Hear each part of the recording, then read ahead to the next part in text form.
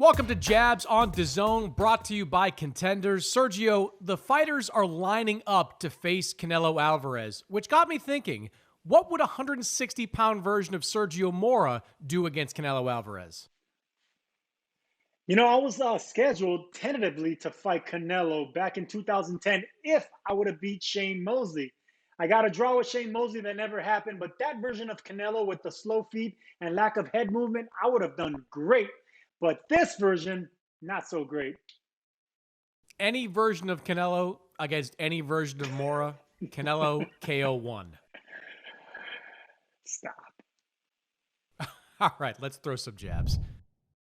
Former unified heavyweight champion Eddy Ruiz is still without a trainer after talks stalled with Teddy Atlas, but Ruiz seems to have someone in mind. Ruiz says he is interested in working with Eddy Reynoso, the reigning Sports Illustrated Trainer of the Year. Reynoso has said he is very interested in working with Ruiz. Sergio, what do you make of a Ruiz-Reynoso pairing? Chris Mannix, you know how much I hate when champions switch their trainers. I love loyalty. They got you to the top. You stay there with the same team. But in this case, I think it's going to be an excellent idea because, see, the thing about Eddy Ruiz, he never really suffered from ability. It's the fact that he lacks discipline and direction. And I think the camp with Canelo, being around the pound-for-pound #1 best fighter, a young stud like Ryan Garcia, and then the influence of the Reynosos, I think mentally that's what he needs because he already knows how to fight. Eddy Ruiz has already been the unified heavyweight champion. Now it's just time to train around other fighters of his ability and more. That way he can learn what it takes to stay on top.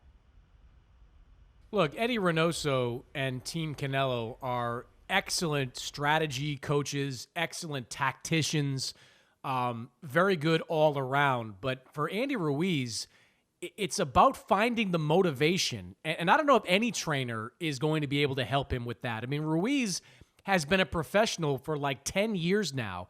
And at no point during that time has he found consistent motivation. And I'm not sure that the Reynosos and Eddy Reynoso specifically are necessarily going to be the ones that help him do that. I think Ruiz has to independently decide that he wants to take his career seriously, that he's going to be down around 250 pounds for his next fight and every fight moving forward. If he makes that decision independently, then yes, I think Eddy Reynoso can have a major impact on him. But the guys Eddy Reynoso has impacted, Canelo Alvarez, Ryan Garcia, these are guys that already had strong work ethics. They were enhanced and bettered by Eddy Reynoso, but they came into that camp with strong work ethics. Eddy Ruiz right now does not have a strong work ethic, and he has to figure that out before he takes the next step.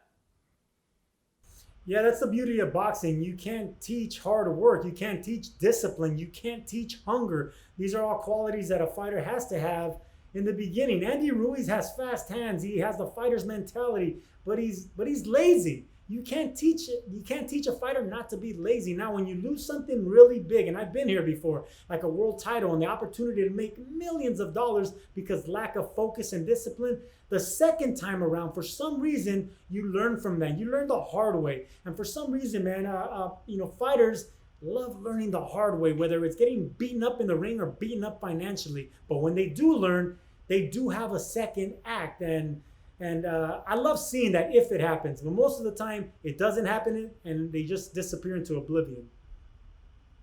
We have seen what Eddy Reynoso can do for Canelo. We have seen what he can do for Ryan Garcia. If Eddy Ruiz gets his act together, there's still plenty of time left in his career for him to be successful. He's basically the same age as Canelo Alvarez right now. So an opportunity there for Eddy Ruiz if he takes his career more seriously.